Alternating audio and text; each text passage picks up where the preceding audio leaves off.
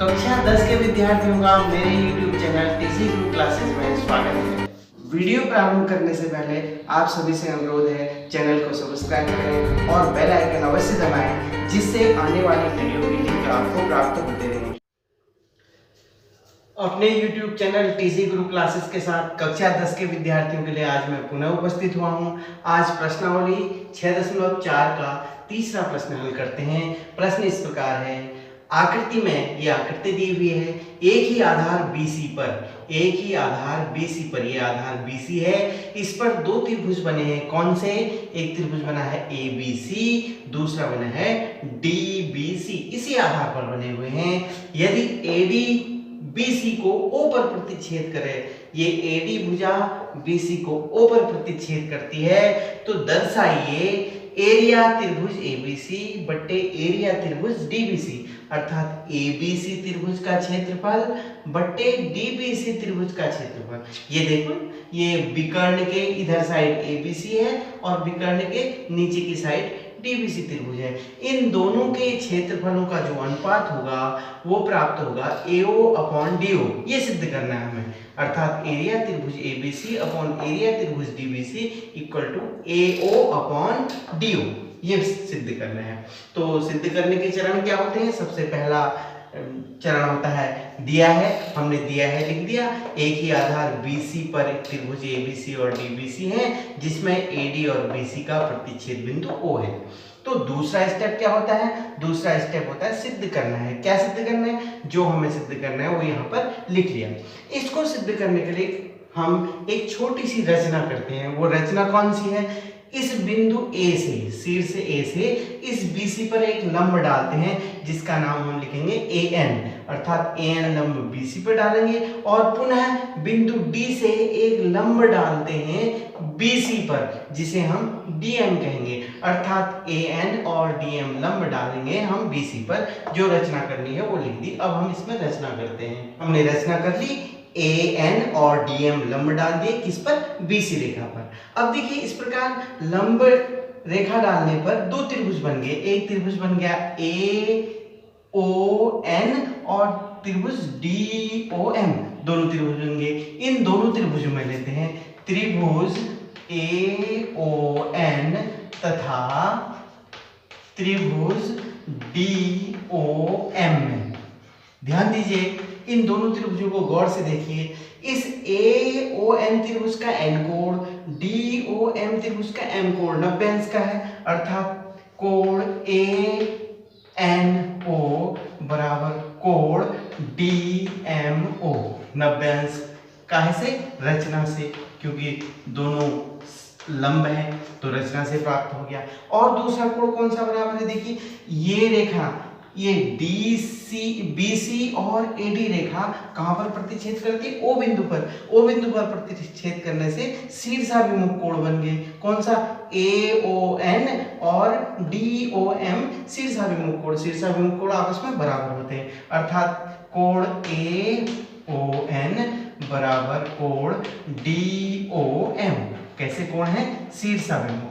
अच्छा, आपको ये भी पता है, जब त्रिभुज, दो त्रिभुजों के दो कोण बराबर हो जाते हैं तो वो दोनों त्रिभुज समरूप होते हैं। कैसे? A उपकसौटी से, कोण उपकसौटी से दोनों त्रिभुज समरूप हो गए। कौन कौन? त्रिभुज AON समरूप त्रिभुज DOM, ये दोनों त्रिभुज समरूप हो गए। अच्छा, समरूप अगर त्रिभुज होते हैं तो आपको पुनः पता है कि समरूप त्रिभुजों की संगत भुजाएं समानुपाती होती हैं, अर्थात AN की संगत भुजा कौन सी होगी? AN की संगत भुजा होगी DM, दोनों शीर्ष लंब हैं। और AO की संगत भुजा होगी DO, AO की संगत भुजा होगी DO। और इसके NO की संगत भुजा होगी NO की संगत भुजा होगी MO। ठीक है, ये संगत भुजाएं समानुपाती होंगी। यहाँ पर हम लिख लेंगे समरूप त्रिभुजों की संगत भुजाएं जो समानुपाती होती है। हमने समानुपात में लिख दिया। अब निकालते हैं इस ऊपर साइड वाले त्रिभुज का क्षेत्रफल। क्षेत्रफल त्रिभुज ABC, त्रिभुज का क्षेत्रफल कैसे निकालते हैं? 1/2 गुणा आधार गुणा ऊंचाई, ये निकाला है आपने बहुत बार। तो 1/2 आधार हो गया BC, BC आधार पर बना है, ऊंचाई होगी AN, ऊंचाई प्राप्त हुई AN। इसी प्रकार नीचे साइड वाले त्रिभुज का क्षेत्रफल निकालते हैं, एरिया त्रिभुज DBC, नीचे का त्रिभुज कौन सा है DBC, बराबर 1/2 गुणा आधार गुणा ऊंचाई, सेम हो गया।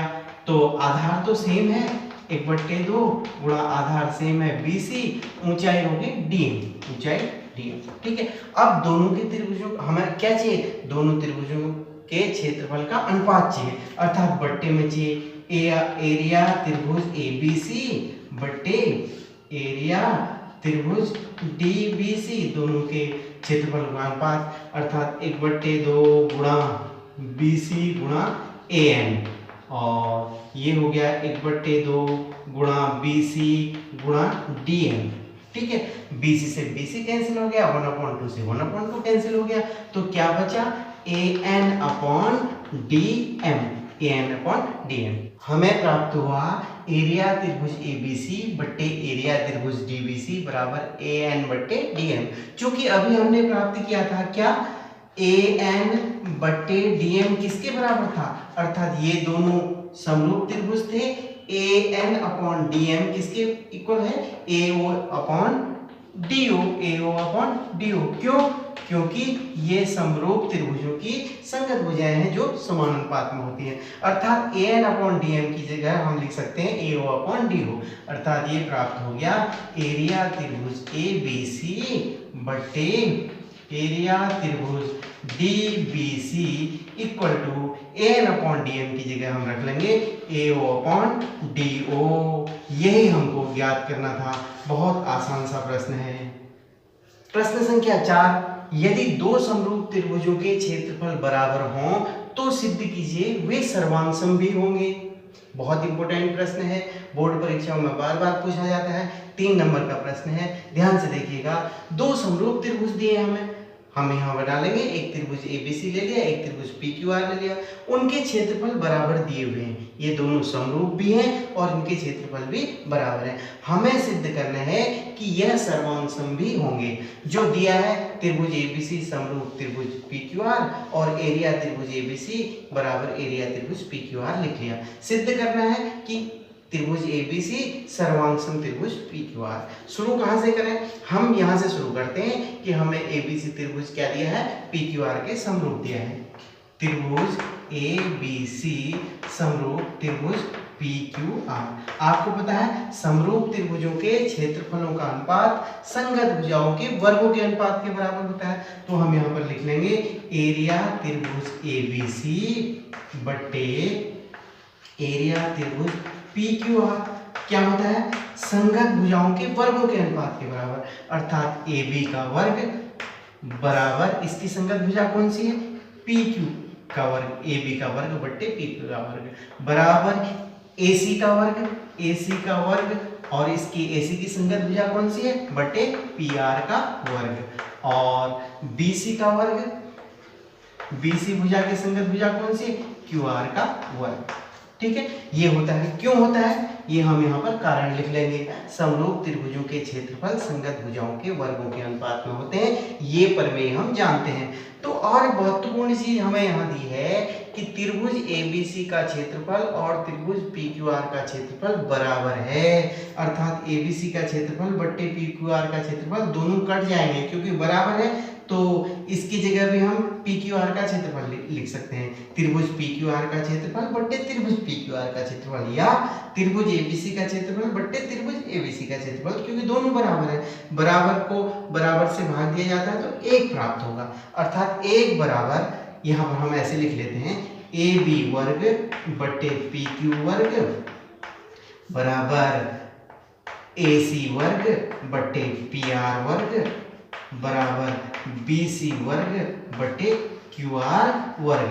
ये क्या प्राप्त हो जाएगा, 1 प्राप्त हो जाएगा। ठीक है, AB square upon PQ square equal to AC square upon PR square equal to BC square upon QR square equal to 1। देखिए AB का वर्ग बटे PQ का वर्ग बराबर 1, अर्थात 1/1 होगा, तो तिरछा गुणा कर देंगे ए बी का वर्ग बराबर हो जाएगा ए बी का वर्ग बराबर पी क्यू का वर्ग, ठीक है ना।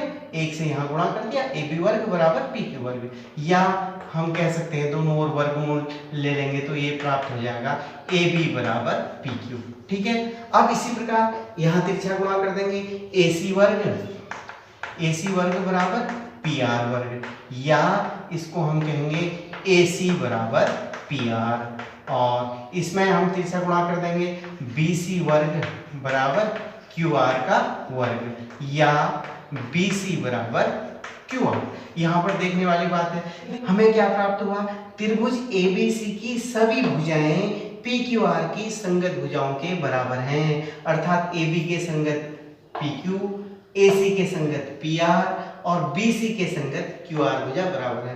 क्या, जब एक त्रिभुज की तीनों भुजाएं दूसरे त्रिभुज की संगत भुजाओं के बराबर होती हैं तो एस एस कसौटी से दोनों त्रिभुज क्या होते हैं, सर्वांगसम होते हैं। कौन कौन से त्रिभुज सर्वांगसम होंगे, त्रिभुज ए बी सी सर्वांगसम त्रिभुज पी क्यू आर, यही हमको ज्ञात करना था।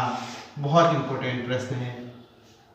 वीडियो को ध्यान से देखने का आभार। अपने सुझाव कमेंट बॉक्स में अवश्य दीजिएगा।